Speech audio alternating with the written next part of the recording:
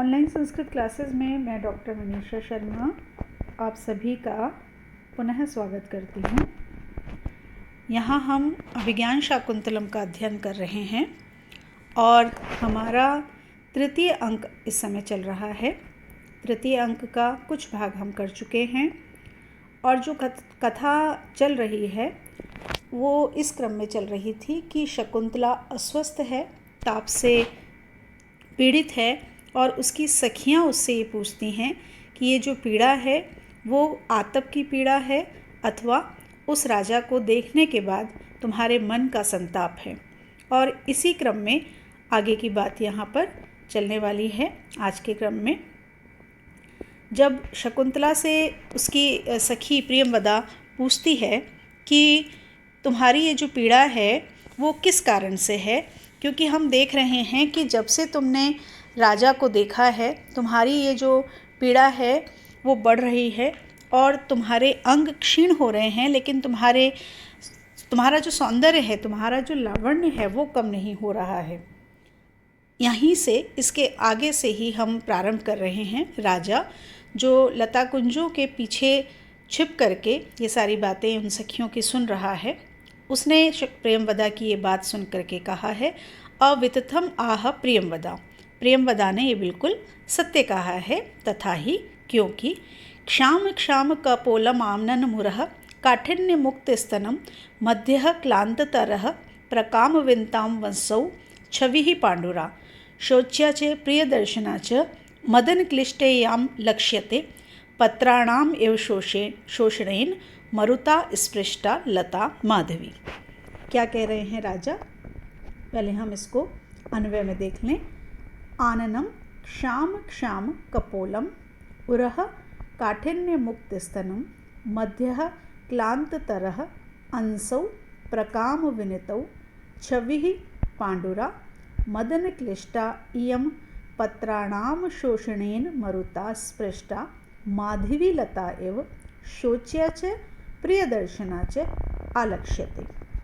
उन्होंने कहा आननम, आनन मुख को कहते हैं। आप ध्यान रखिएगा, गजानन हम कहते हैं श्री गणेश को, गज का आनन है जिसका, तो इससे आपको याद रहेगा कि आनन का तात्पर्य होता है मुख। क्षाम क्षाम कपोलम, कपोल कहते हैं गालों को। क्षाम क्षाम दुर्बल दुर्बल, अर्थात दो बार दुर्बल दुर्बल आया है, अर्थात जो अत्यधिक दुर्बल हो गए हैं, अत्यधिक पतले हो गए हैं, ऐसे कपोलों वाला, ऐसे गालों वाला।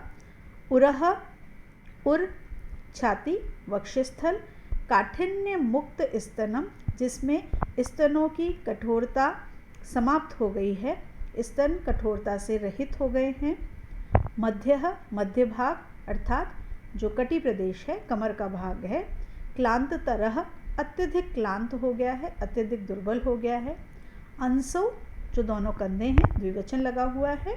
प्रकाम विनतौ, बहुत अधिक झुके हुए हो गए हैं। छवि ही पांडुरा, जो छवि है, जो देह की कांति है, पांडुरा वो पीत वर्ण की हो गई है, पीली पड़ गई है। मदन क्लिष्टा, मदन से, कामदेव से पीड़ित, संतप्त। इयम, यह है, शकुंतला के लिए कहा गया, यह शकुंतला पत्राणाम शोषणेन, पत्तों को सुखाने वाली, मरुताम हवा से, वायु से, स्पृष्टा स्पर्श की गई, छुई हुई, यहाँ पर लू के लिए कहा गया है, जो लू से पीड़ित है। माधवी लता एवं, माधवी लता के समान। शोच्या च, शोचनीय, दुख करने योग्य। प्रियदर्शिनी च, प्रियदर्शना च, और देखने में जो सुंदर है, ऐसी आलक्ष्यते, दिखाई दे रही है। देखिए यहाँ क्या कहा है, राजा ने प्रियंवदा की बात का समर्थन करते हुए कहा है कि शकुंतला का जो मुख है वो कैसा हो गया है, उसके मुख पे जो गाल हैं वो बहुत दुर्बल हो गए हैं। जब कोई पीड़ित होता है, जब कोई रोग से युक्त होता है, किसी व्याधि से युक्त होता है या किसी भी प्रकार की मानसिक पीड़ा से भी युक्त होता है, तो उसका जो मुख है वो दुर्बल हो जाता है, उसके जो गाल हैं वो पिचक जाते हैं, अंदर की ओर धंस जाते हैं। तो उन्होंने कहा उसका जो मुख है वो बहुत पतले गालों वाला हो गया है। उरह काठिन्य मुक्त स्तनम, अर्थात जो स्तनों की कठोरता है वो कम पड़ गई है, वो ढीली हो गई है। तो जो छाती है, जो वक्षस्थल है, वो ऐसे शरीर से युक्त हो गया है, ऐसे स्तनों से युक्त हो गया है जो कठोरता से रहित है। इसके अलावा जो मध्य भाग है, मध्य भाग, कमर का भाग, कटी प्रदेश, वो भी कैसा हो गया है, क्योंकि कोई कमज़ोर हो जाएगा तो उसका कटी का भाग भी कमज़ोर हो जाएगा, तो उसका जो कटी का भाग है वो भी बहुत अधिक दुर्बल हो गया है। और इसी दुर्बलता के कारण, इसी क्षीणता के कारण अंसो, दोनों जो कंधे हैं, प्रकाम विनतो, बहुत अधिक झुके हुए हो गए हैं।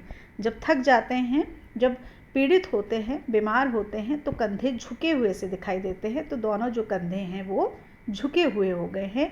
छवि ही पांडुरा, जो उसकी छवि है, देह का जो रंग है, जो रूप है, जो सौंदर्य है, वो कैसा हो गया है, जैसे पांडु वर्ण का, पीले वर्ण का हो गया है। पीला पड़ना जब हम कहते हैं तो अगर किसी को कमज़ोरी हमें दिखाई देती है तो ये कहा जाता है कि तुम्हारा चेहरा पीला पड़ गया है। तो उसी तरह से यहाँ कहा गया कि उसकी जो छवि है वो पीली हो गई है।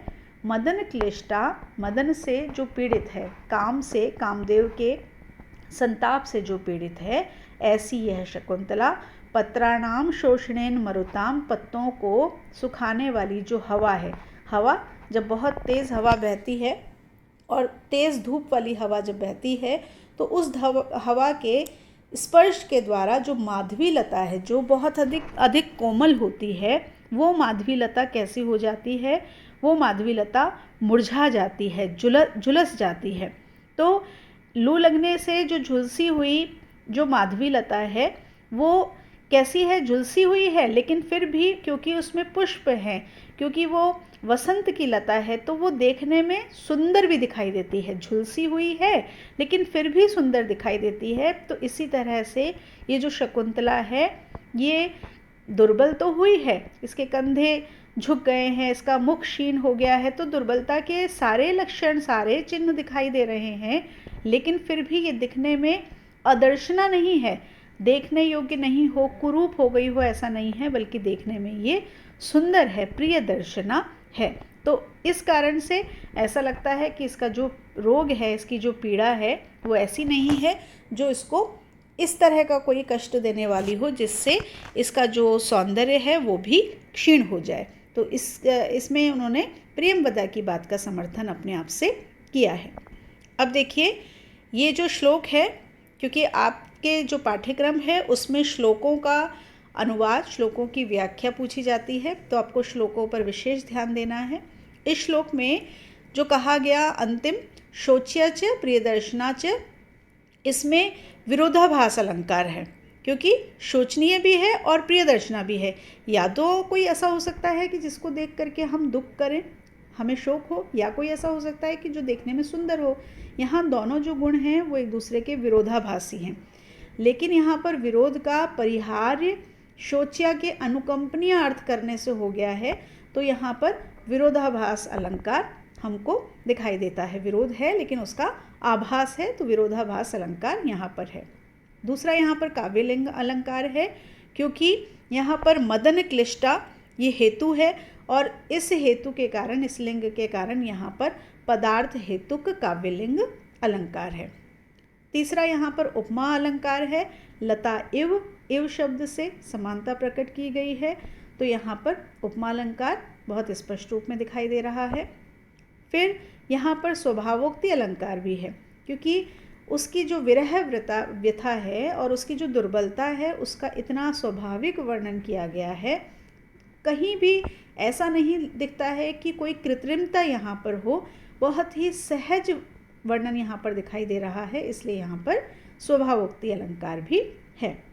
इसके बाद प्रियंवदा के कथन के समर्थन में जो राजा ने क्षाम क्षाम कपोलम आननम उरह ये सब जो बातें कही हैं, इन सब कारणों के का एक साथ उल्लेख होने के कारण यहाँ पर समुच्चय अलंकार भी है। फिर अनुप्रास अलंकार भी है, क्योंकि वर्णों की आवृत्ति हमको दिखाई दे रही है। तो इतने अलंकार हमको इस श्लोक में मिलेंगे। फिर यहाँ पर छंद कौन सा है श्लोक में, तो इस श्लोक में छंद है शार्दूल विक्रीडित छंद। शार्दूल विक्रीडित छंद का लक्षण सूर्याश्वैर्मसजास तथा सगुर्वः शार्दूल विक्रीडितम, ये हम पढ़ चुके हैं कि इसमें 4 चरण होते हैं, प्रत्येक चरण में 19 वर्ण होते हैं। 12 और 7 के बाद यति होती है, यति का अर्थ है अल्प विराम। और जो गणों की स्थिति होती है वो सूर्याश्वयी के बाद से हम गिनेंगे, म स ज स त मगण सगण जगण सगण तगण तगण स गुरुवः गुरु के साथ, म स ज स त 6 गण हुए। एक गण में 3 वर्ण, तो 6 तिया 18 और 1 गुरु 19, तो कुल 19 वर्ण यहाँ पर हो गए हैं। और गणों की जो स्थिति है वो हमें दिखाई दे रही है, मगण सगण जगण सगण तगण तगण मातारा सलगा जभान सलगा तारा ज और 1 गुरु। तो बहुत आसानी से आप यहाँ पर इसका जो छंद है उसको भी चरितार्थ करके दिखा सकते हैं। फिर शकुंतला जब प्रियंवदा की बात सुनती है तो शकुंतला कह रही है, सखी कस्य वान्यस्य कथयिष्यामि, सखी मैं अन्य किसको कहूँगी, किंतु आयास्यत्रिया इदानीं वाम भविष्यामि, लेकिन मैं यहाँ पर तुमको कष्ट देने वाली बन जाऊँगी। यदि मैं तुम्हें वास्तविकता बताती हूँ तो तुम्हें कष्ट मेरी तरफ से, मेरी ओर से तुम्हें कष्ट होगा। उभे अतएव खलु निर्बंधः, इसीलिए तो हमारा यह आग्रह है, हम इसीलिए तो तुमसे कह रहे हैं। स्निग्ध जन संविभक्तम ही दुखम सह्य वेदनम भवति, क्योंकि जो दुख है वो स्निग्ध जन में, प्रेमी जनों में, मित्रों में, स्नेही जनों में संविभक्तम अच्छी तरह से बांटने पर सह्य वेदनम भवति, वेदना को सहन करने वाला होता है। देखिए ये सूक्ति के रूप में बहुत बार पूछा जाता है, इसलिए मैंने इसको अलग रंग से यहाँ पर अंकित किया है। आप ध्यान रखिए, आप इसको अलग से नोट कर लीजिए कि ये सूक्ति के रूप में आ सकता है। शकुंतला ने कहा, प्रियंवदा ने जब उससे पूछा कि तुम्हारे संताप का कारण क्या है, तो शकुंतला ने कहा कि तुम्हें नहीं बताऊंगी तो किसको बताऊंगी, लेकिन यदि मैं तुम्हें बताऊंगी तो तुम्हारे लिए कष्ट का कारण बन जाऊंगी। तो दोनों सखियां कहती हैं, हाँ हम इसीलिए चाहते हैं कि तुम हमें बताओ, क्योंकि जब किसी को कोई दुख होता है और वो अपने स्नेही जन में उस दुख को बांटता है तो उसका जो दुख है, उसकी जो वेदना है वो सहन करने योग्य होती है। हम ये सुनते हैं कि दुख बांटने से कम होता है, सुख बांटने से बढ़ता है और दुख बांटने से कम होता है, क्योंकि जब हमने अपनी पीड़ा किसी को बता दी है तो हमारा जो मन है वो हल्का हो जाता है और उस दुख को सहन करने के लिए तैयार हो जाता है। तो यही बात यहाँ पर कही गई है, स्निग्ध जन संविभक्तम ही दुखम सह्य वेदनम भवति, स्नेही जनों में बांटा हुआ जो दुख है वो वेदना को सहन कराने वाला होता है। अब राजा जो ये बात सुन रहा है तो राजा अपने आप से कह रहा है, पृष्ठः जनेन सम दुख सुखेन बाला नेयम न वक्ष्यति मनोगतम आदि हेतुम दृष्टो विवृत्य बहुशोप्य अन्यया सतृष्णम मंत्रांतरे श्रवण कातरताम गतोऽस्मि। राजा कह रहा है, सम दुख सुखेन, अन्वय करते हैं, सम दुख सुखेन जनेन पृष्ठा इयम बाला मनोगतम आदि हेतुम न वक्ष्यति इति नः। निवृत्य नवृत्य नहीं है, ये निवृत्य है। निवृत्य सतृष्णम दृष्टः अपि अत्रांतरे श्रवण कातरताम गतः अस्मि। अस्मि है इसलिए अहम यहाँ पर छिपा हुआ है। तो क्या कह रहा है राजा, सम दुख सुखेन, जो दुख और सुख में सम मतलब समान है, बराबर है, जो दुख और सुख में एक समान भाव से रहने वाले हैं, ऐसे जनेन, ऐसे व्यक्ति के द्वारा पृष्ठा पूछी जाने पर, इयम बाला, यह बाला, यह बालिका, मनोगतम मन में आए हुए, आधि हेतुम अपनी आधि, अपनी व्याधि, अपनी पीड़ा के हेतु को, कारण को, न वक्ष्यति नहीं कहेगी, इति न ऐसा नहीं है। अनया इसके द्वारा, बहुशः बहुत बार, निवृत्य पीछे मुड़ करके, सतृष्णम दृष्टः अपि तृष्णा के साथ, इच्छा के साथ देखा हुआ भी, अत्रांतरे इस अवसर पर, श्रवण कातरताम सुनने की उत्सुकता को, गतः अस्मि मैं प्राप्त हो गया हूँ। राजा यहाँ पर क्या कह रहा है, राजा कह रहा है कि ये जो सखियों ने बात पूछी है, सम दुख सुखेन, दुख और सुख में जो समान रहता है वो कौन होता है, आपका मित्र, आपका स्नेहीजन, आपका प्रियजन। तो ये जो मित्रों के द्वारा, सखियों के द्वारा जो ये बात पूछी गई है, इस बात को यह बाला, यह बालिका, यह शकुंतला अपने मन की पीड़ा को इनको नहीं बताएगी, ऐसा नहीं है। तात्पर्य क्या हुआ कि राजा ये कहता है कि वो अपने मन की पीड़ा को इनको अवश्य बताएगी। फिर इसके बाद वो दूसरी बात करता है कि यद्यपि बहुत बार शकुंतला ने मुझे तृष्णा से युक्त होकर के मुड़कर के देखा है। जब शकुंतला राजा के पास से जा रही थी, इससे पहले हम पढ़ चुके हैं, तो एक कांटा लगने के बहाने से वो रुकी थी और उसने मुड़ कर के राजा को देखा था, और वहीं पर राजा को ये लगा था कि शकुंतला के मन में भी उसके प्रति प्रेम का भाव है। तो उसी बात को यहाँ पर वो कह रहे हैं कि यद्यपि तृष्णा के साथ उन्होंने मुझे मुड़ कर के देखा था और उससे मुझे ज्ञात हो गया था कि उनके मन में भी मेरे प्रति प्रेम का भाव है, किंतु यहाँ पर इस समय मैं उस बात को सुनने के लिए अधीर हो रहा हूँ। मेरे मन में एक उत्सुकता हो रही है कि मैं शकुंतला से ही उस बात को सुनूं, क्योंकि शकुंतला से पूछा गया है, शकुंतला उसका उत्तर देगी। एक तो हम किसी बात का अनुमान लगाएं और एक उस बात को हम प्रत्यक्ष सुने, तो दोनों में बहुत अंतर होता है। हमें ज्ञात होता है बहुत बार, लेकिन फिर भी हम उसको सुनना चाहते हैं। तो वही स्थिति यहाँ पर राजा की हुई है कि उसे ज्ञात है कि शकुंतला के मन में उसके प्रति प्रेम का भाव है, लेकिन फिर भी वो यहाँ पर शकुंतला के मुख से ही इस बात को सुनना चाह रहा है। अब देखिए, इस श्लोक में शकुंतला के सत्य कथन में सम दुख सुखेन और बाला का जो कारण रूप में प्रयोग हुआ है, उससे यहाँ पर काव्यलिंग अलंकार है। दूसरी बात, सतृष्ण देखने रूप कारण के होने पर विश्वास रूप कार्य का अभाव व्यंजित होने से यहाँ पर विशेषोक्ति अलंकार भी है। तीसरी बात, श्रवण कातरताम गतो अस्मि, ये जो कहा गया, इसमें कातरता रूप कार्य के होने पर भी किसी कारण का कथन न होने के कारण यहाँ पर विभावना अलंकार है। विशेषोक्ति भी है और विभावना अलंकार भी है, और दोनों अलंकार क्योंकि एक साथ यहाँ पर हैं, इसलिए यहाँ पर संदेह संकर अलंकार भी है। इसी तरह से एक बार पहले भी हमने एक श्लोक में पढ़ा था। इसके साथ ही यहाँ पर अनुप्रास भी है, श्रुति अनुप्रास है, छेका अनुप्रास है और वृत्त्यानुसार अनुप्रास है। तो ये अनुप्रास भी यहाँ पर हैं। और जो छंद इसमें है वो कौन सा छंद है? यहाँ पर वसंत तिल का छंद है। वसंत तिल का छंद आप लोग 12th क्लास में भी इसको पढ़ करके आए होंगे। तो वसंत तिलका का लक्षण क्या है? वसंत तिलका ज्ञेया, वसंत तिलका ज्ञेया वसंत तिलका तब जाज गौगह।